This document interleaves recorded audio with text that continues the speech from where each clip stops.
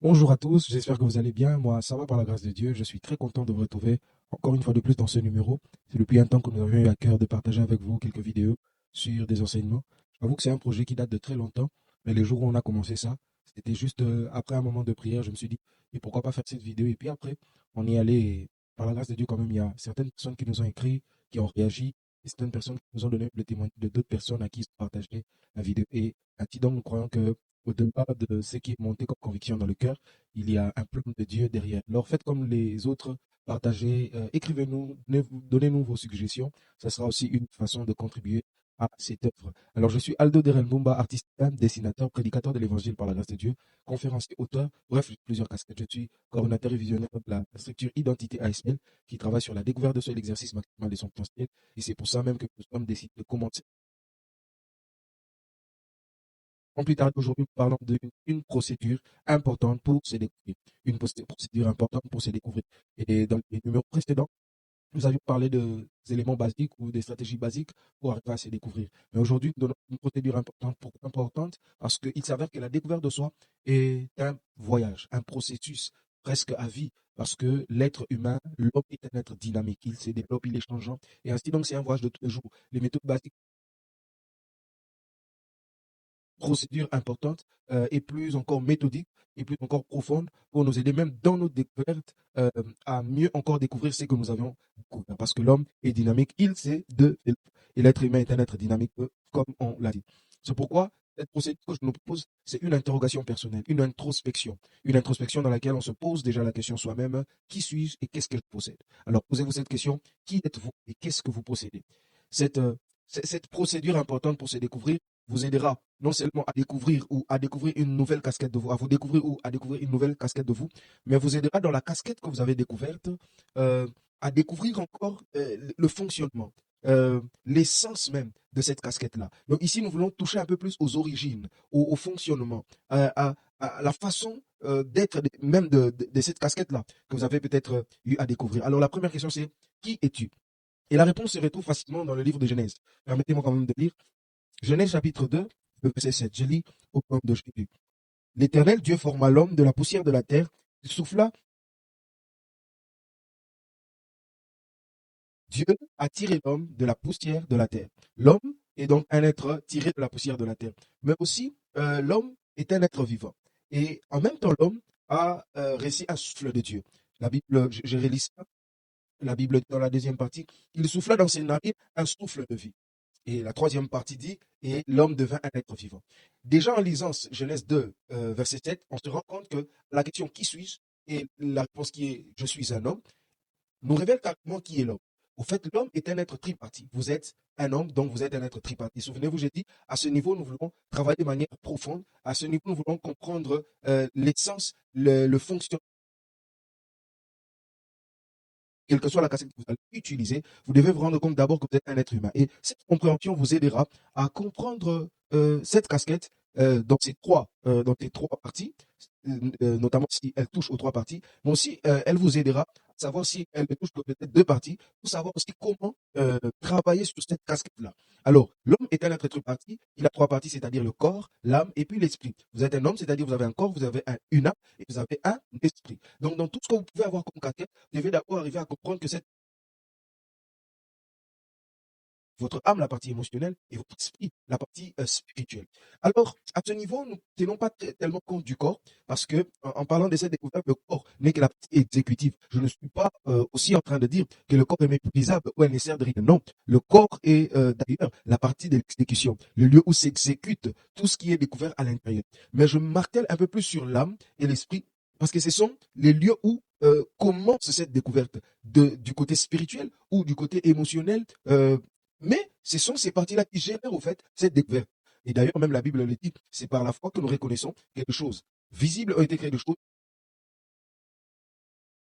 qu'on ne voit pas. Et entrant même à la manière des hommes ou de la science, vous vous rendrez compte que tout ce qu'on peut voir comme ça est tiré généralement de l'intelligence de l'homme qu'on ne peut pas voir, qui est abstrait. L'intelligence de quelqu'un est abstraite, mais c'est cette intelligence, cette imagination, cette conception à l'intérieur qui a poussé à ce qu'on puisse avoir quelque chose à l'extérieur. Voilà, j'en passe. C'était une manière pour nous de comprendre calmement et clairement ce qu'on veut dire. Alors, Commençons par la première partie, parce que j'ai dit que nous passions surtout sur deux parties, l'âme et l'esprit. Alors, c'est quoi l'âme d'abord? L'âme, c'est le siège de vos émotions. Votre âme, c'est le lieu où siègent vos émotions, votre intelligence. Votre âme, c'est le lieu où sont générées vos pensées, ou la majeure partie de vos pensées, ou peut-être le moteur de vos pensées. Donc on parle de l'âme ici, on voit l'intelligence, on voit les pensées, on voit un peu tout. L'âme, c'est le siège de vos pensées et vous devez savoir que l'ensemble de ce que vous êtes est déterminé par ce que vous pensez. Quand on parle de l'âme ici, qui est-ce que vous êtes? Vous êtes un homme qui possède une âme. Dans votre âme, c'est là qu'il y a l'intelligence, c'est là qu'il y a le choix. Quand vous vous dites aujourd'hui je veux faire ceci, aujourd'hui je veux faire cela, aujourd'hui je veux porter ceci, aujourd'hui je veux porter cela, c'est dans votre âme que c'est en train de se passer. Alors en termes de découverte de soi, il faudrait comprendre que vous devriez mieux comprendre le fonctionnement de votre âme, mais vous devriez aussi mieux comprendre que vous devriez mieux prendre soin de votre âme tous les jours. Et vous devrez aussi comprendre que votre âme doit toujours être orientée vers de la pureté, vers le travail, vers l'acidité, parce que si votre âme n'est pas travaillée dans ce sens, tout ce qui reste là sera un peu compliqué. Et vous devez comprendre que la plupart de vos actes sont déterminés par ce que vous pensez. Et ce que vous pensez est très souvent généré par votre âme, la partie émotionnelle. C'est par les émotions qu'il y a dans votre âme qui est générée, vous pensez de manière générale. Et déterminera très souvent la plupart de vos actes vont finalement constituer en vous un certain caractère. Alors, il faudrait comprendre que je dois prendre soin de mon âme. L'homme, surtout en parlant de son âme, est un être dynamique et changeant. D'où nous devons savoir travailler tous les jours pour renouveler et recadrer nos pensées dans la direction qu'il faut en tenant compte des changements. Nous devons donc prendre soin de nos âmes, et c'est ce qu'on appelle dans Romains 12, la Bible parle du renouvellement de l'intelligence. Ne vous conformez pas au siècle présent, mais serez au contraire transformés par renouvellement de l'intelligence. Euh, nous devrons travailler sur notre âme au jour le jour. Parce que notre âme, c'est très souvent comme un jardin. Un jardin, quand déjà vous le constituez, les herbes, vous rassemblez la terre et tout ça. Mais au-delà de tout ça, vous venez, vous mettez la sémence, vous arrosez, ainsi de suite. Mais il faudra que tous les jours, ou plutôt, ou même régulièrement, faire un travail encore de sarcage, bref, d'entretien. Votre âme aussi a besoin d'entretien. Vous devez entretenir votre âme. Et entretenir votre âme, c'est sarcler, c'est arroser, c'est ainsi de suite. Sarcler, enlever les mauvaises herbes, c'est veiller à ce que, de un, votre âme n'ait pas des pensées impures, mais aussi des pensées contraires à celui que vous venez de découvrir de vous. C'est comme ça que dans les numéros précédents, on avait dit qu'il faudrait veiller à ce que le talent que vous êtes puisse se retrouver dans un milieu qui favorise sa germination. Donc, il y a des lieux, des rapports à celui que vous êtes. Donc, si vous voulez mieux vivre selon ce que vous venez de découvrir de vous, vous devriez aussi apprendre à cercler votre âme. Et cercler votre âme consistera à être en contact émotionnellement, intellectuellement, avec des gens qui répondent qui répondent à la caricature de celui ou de la casquette ou des casquettes que vous êtes. Renouveler votre intelligence, c'est par la parole de Dieu. La parole de Dieu est le meilleur outil de renouvellement de l'intelligence. Parce que par la parole de Dieu, la puissance de Jésus-Christ peut transformer votre intelligence. Et d'ailleurs, quelque part, Dieu dit, je leur ôterai le cœur de pierre et je c'est-à-dire une puissance au-delà de l'humain qui euh, qui déclenche au fait le travail du renouvellement de l'intelligence. Parce que dans votre cœur, vos émotions sont changées. Vous ne réfléchissez plus comme on dit, quand on dit que le cœur de pierre, c'est que c'est un cœur d'homme. L'homme, de manière naturelle, même quand Dieu le constate, il se rend compte que l'homme, tous les jours, va de mal en pire, il se cultive en mal. Mais je lui donnerai un cœur aussi de la manière de Dieu. La parole de Dieu est un outil efficace. Pour cela, prenez le temps, faites l'effort de toujours lire la parole de Dieu, de toujours la méditer, de toujours l'étudier. Prenez le temps au moins de lire tous les jours. Prenez ne fût-ce qu'une partie. Lisez la haute voix que vous aurez entendre cette écriture de la parole de Dieu. Mais aussi, prenez le temps de la méditer. C'est-à-dire, après avoir fait la lecture, si vous pouvez vous discipliner peut-être un chapitre par jour, deux chapitres par jour, quatre chapitres par jour, et maintenant le temps de la méditer. C'est-à-dire réfléchir sur ce que vous avez lu, et ça, ce n'est pas d'abord un travail qui vous pousse, je ne sais pas, à l'apparition des anges, des miracles, non, mais c'est un travail à l'intérieur. Parce que dans vos pensées, il y a une réflexion sur la parole de Dieu, qui est Dieu lui-même. Mais aussi l'étude, c'est-à-dire à ce niveau, au-delà de la réflexion, travailler constamment et consciemment afin d'avoir des résultats. Ah, vient même le lieu où, le moment où c'est qu'on a médité, on cherche maintenant à le vivre d'une manière ou d'une autre. Et vous verrez par exemple avec le réveil des protestants, le pasteur Martin Luther King, qui se sont retrouvés avec ses amis dans une chambre ou peut-être dans une pièce. Et ils ont pris les textes de la parole et ils se sont dit, ce que nous voyons dans ces livres, dans les Actes des Apôtres, nous voulons les vivre. Mais aussi le renouvellement de l'intelligence est aussi fait, comme je le disais, par vos fréquentations. Générez vos pensées, générez dans vos pensées ce qui vous aidera à penser comme celui que vous devez être ou celui que vous voulez être dans les jours à venir. Le renouvellement de vos pensées se fera aussi par ce temps que vous prenez à étudier sur le domaine que vous voulez affronter ou que vous venez de découvrir sur vous. Et ainsi de suite. Il y a beaucoup à dire là-dessus, mais pour aujourd'hui, nous prenons que cette partie, mais dans les prochains numéros, il y aura toujours des occasions où nous en parlerons un peu plus. Voilà, on va un peu perdre un peu plus du temps aujourd'hui.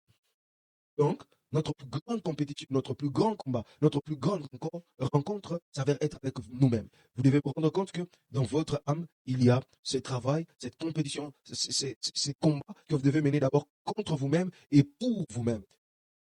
C'est là même que j'ai dit aux gens, ne prenez pas trop le temps pour vous préoccuper des autres.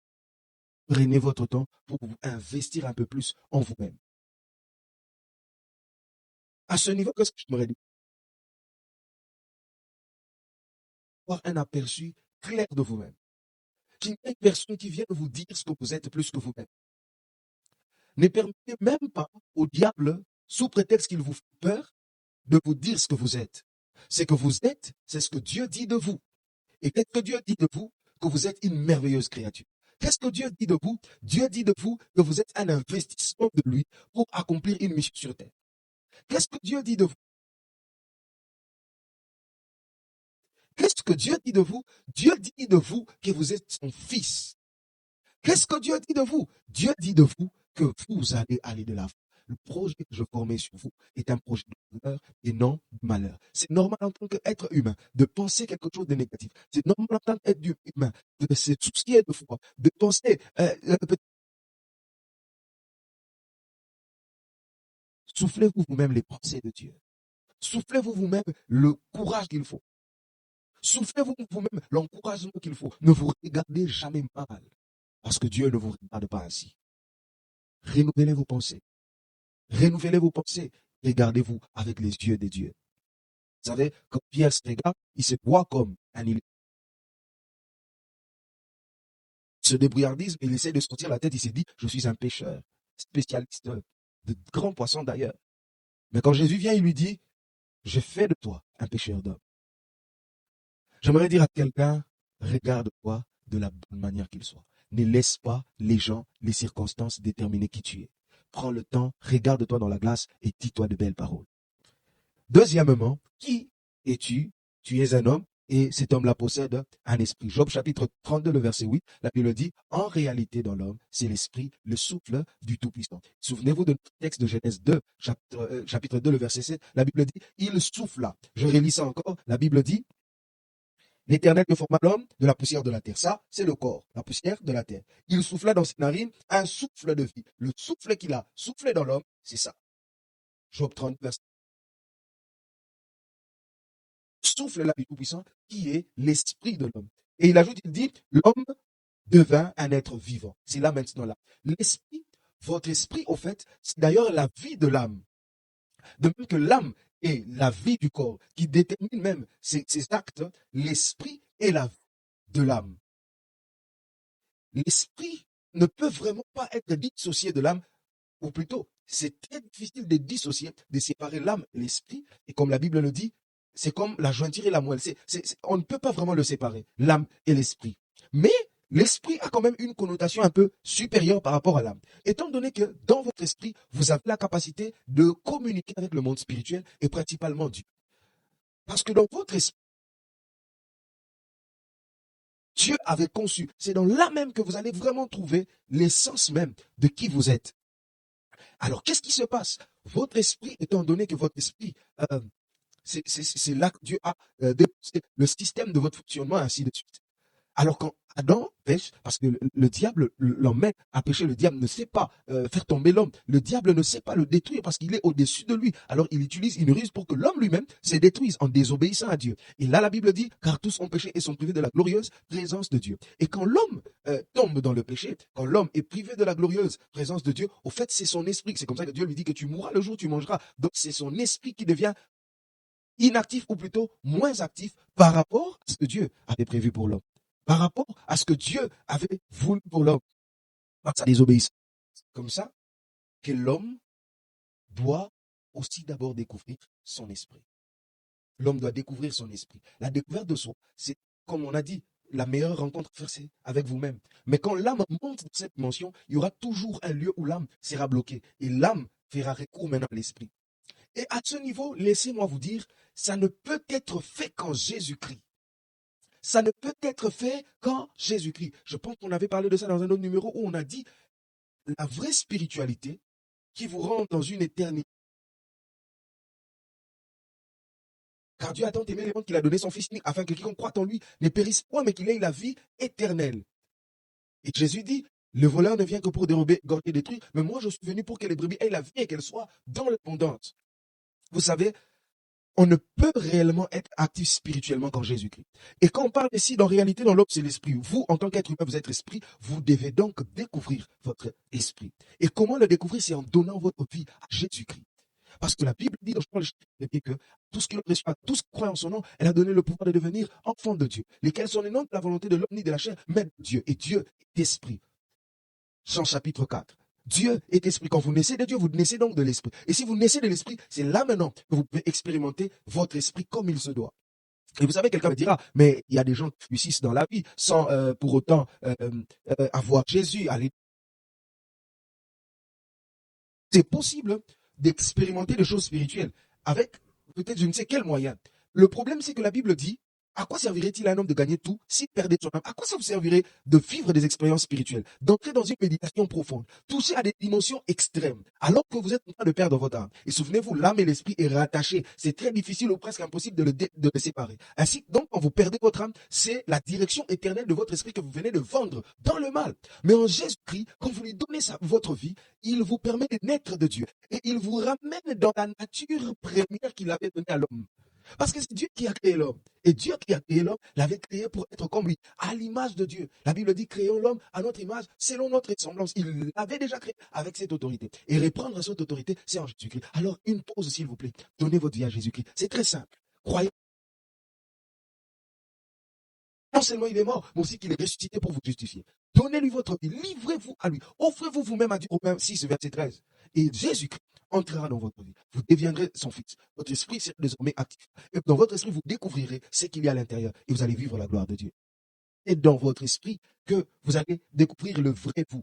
Le vrai vous. Et croyez-moi, même les scientifiques sont d'accord que vous avez besoin d'une dimension invisible et spirituelle. Certains rattachent à une imagination ou un porte-bonheur, comme ils le disent, pour vous souvenir du bien. Mais,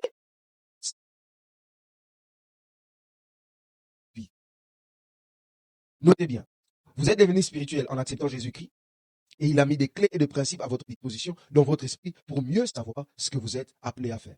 En acceptant Jésus-Christ, vous êtes devenu une nouvelle créature. 2 Corinthiens chapitre 5, verset 10. Et cette nouvelle créature, ce n'est pas juste une affaire de « Ah, il est purifié de ses péchés. » Oui, d'abord. Mais au-delà d'être purifié de vos péchés, vous avez eu le nouveau système. C'est comme une machine qui avait le système Windows 7. Là, on a même mis le système Windows 10. Et d'ailleurs, il y a des systèmes Windows 10 qui viennent avec... Mais Jésus, c'est pas PowerPoint, c'est pas Word. Jésus-Christ est Dieu. Le système de Dieu s'installe en vous. Vous êtes devenu un Dieu, un Elohim. Car la Bible dit, j'avais dit, vous êtes des dieux. Psaume 82, verset 6. J'aime le verset premier de 82 psaume. La Bible dit, les Elohim s'éteint dans l'assemblée des Elohim, le lieu de décision. Vous avez une nouvelle autorité. Et même dans votre inconscience, il y a, comme la Bible dit, ceux qui se confient à l'Éternel trouvent dans leur cœur de chemin tout tracé. C'est-à-dire, dans cette nouvelle naissance, Dieu dépose dans votre esprit des clés et des principes que vous devez découvrir. Et ces clés et ces principes étant en vous, même lorsque vous n'avez pas encore découvert ça, il est possible que dans vos cœurs, exactement faire ce qu'il faut faire. C'est comme ça, il y a plusieurs personnes qui disent, moi je n'arrive pas à écouter Dieu, moi je n'ai jamais écouté Dieu. Oh, oh, oh, oh. Si vous êtes devenu enfant de Dieu, vous avez déjà écouté Dieu. Et j'aimerais même emmener quelqu'un quelque part. Il est peut-être possible que vous êtes allé à un niveau plus élevé qu'écouter Dieu seulement. Il faut écouter Dieu. Et d'ailleurs, c'est juste parce que vous êtes encore enfant, vous n'avez pas encore découvert peut-être comment écouter Dieu. C'est juste parce que cette dimension n'est pas encore déclenchée en vous. Comprenez-le, la nature elle-même ne vous entraîne-t-elle pas? C'est-à-dire, un enfant qui naît, il a déjà des barbes en lui. Mais c'est juste que le temps n'est pas encore manifesté ou ça n'a pas encore été provoqué. Mais le temps viendra. Et dans les spirituels, gloire soit rendue à Dieu. On peut naître aujourd'hui et par la grâce de Dieu évoluer un peu plus vite. C'est pas une année, j'ai 2 ans, j'ai 3 ans dans le Seigneur. Vous pouvez faire en 5 ans ce que les autres ont fait en 50 ans, en esprit. Ce n'est pas le sujet du jour, je ferme la parenthèse. Mais j'étais surtout en train de dire que c'est possible que vous soyez peut-être dans une dimension plus élevée. C'est-à-dire, étant donné que les voix du Seigneur sont dans vos cœurs, c'est possible que Dieu s'est décidé non pas seulement de vous parler, parce qu'étant donné que vous n'arrivez pas encore à distinguer sa voix, il s'est dit, je préfère parler par lui et qu'il voie ce que je fais. Point barre. Si vous avez donné votre vie à Jésus, c'est la meilleure façon de se confier en lui. Et la Bible dit, c'est que se confier en l'Éternel trouve dans leur cœur de chemin tout tracé. Et étant donné que vous avez donné votre vie à Jésus, vous vous êtes confié à Jésus-Christ qui est Dieu, vous avez dans vos cœurs des chemins tout tracés. De fois, même par hasard, ou peut-être sans le vouloir, vous êtes déjà en train de faire exactement ce que Dieu voulait que vous puissiez faire. C'est comme ça, des fois, vous faites des choses, vous dites, ah, ça m'était juste monté comme ça, mais quelqu'un est béni. Un peu comme ces émissions. Parce que Jésus habite en nous. Ses voix aussi sont à l'intérieur de nous. Alors, j'aimerais gagner quand même du temps. Qu'est-ce que tu possèdes? Mais bon, on peut en parler à un autre numéro. Non, je prends ça quand même. Comme ça, on va finir pour peut-être entamer un autre numéro très prochainement. Que possèdes-tu? Ici, la réponse elle est claire. Vous possédez des talents. Donc, que possèdes-tu? Ce que nous traitons, c'est d'abord le fait que, comme on vient de dire, Dieu a déposé en vous des clés. Dieu a déposé en vous des clés. Et dans ces clés qu'il a déposées là, vous devez vous rendre compte que il y a aussi vos talents. Au-delà des clés, au-delà des principes que vous allez découvrir, bien sûr, dans l'enseignement, dans la prière, dans la révélation de Dieu, dans le renouvellement de l'intelligence, mais aussi il y a des talents. Vous découvrez, il y a des talents que vous découvrez de vous-même. Vous avez des talents. Votre talent, vos talents, c'est ce que vous possédez à l'intérieur. Pour ce numéro, je suis juste en train de briefer, mais pour le prochain numéro, il y aura plus de détails. Vous possédez des talents. Et dans le talent que vous possédez, il y a aussi un message pour vous dire, vous êtes appelé à faire ça. Les types de talents que vous possédez déterminent très souvent ce que vous êtes appelé à faire. Regardez ce que vous avez. Très souvent, Dieu l'a placé là pour vous dire, voici ce que vous êtes appelé à faire. Quand vous voyez que vous avez des nageoires, n'enviez rien de ceux qui ont des ailes. Dites-vous, je ne suis pas appelé à voler, je dois nager dans les eaux. Et quand vous entrez dans l'eau, l'oiseau qui vous suivra, il pourra vous suivre. Il est gros, c'est un aigle. Aïe, aïe, aïe. Mais continuez, allez avec lui un peu plus loin. Vous allez vous rendre compte qu'au bout peut-être de seulement 5 minutes, je suis allé même trop loin, mais on lui donne même 5 minutes. Il devra sortir, sinon il va mourir. Le grand aigle, le roi des hauteurs, des airs, maître des l'air. Donnez-lui ce que vous voulez. Mais j'ai des nageoires, quand j'entre dans l'eau, oh papa, je vais très loin. Là, toi, tu n'arrives pas. Et si vous êtes aussi un oiseau, n'enviez rien d'un gros poisson.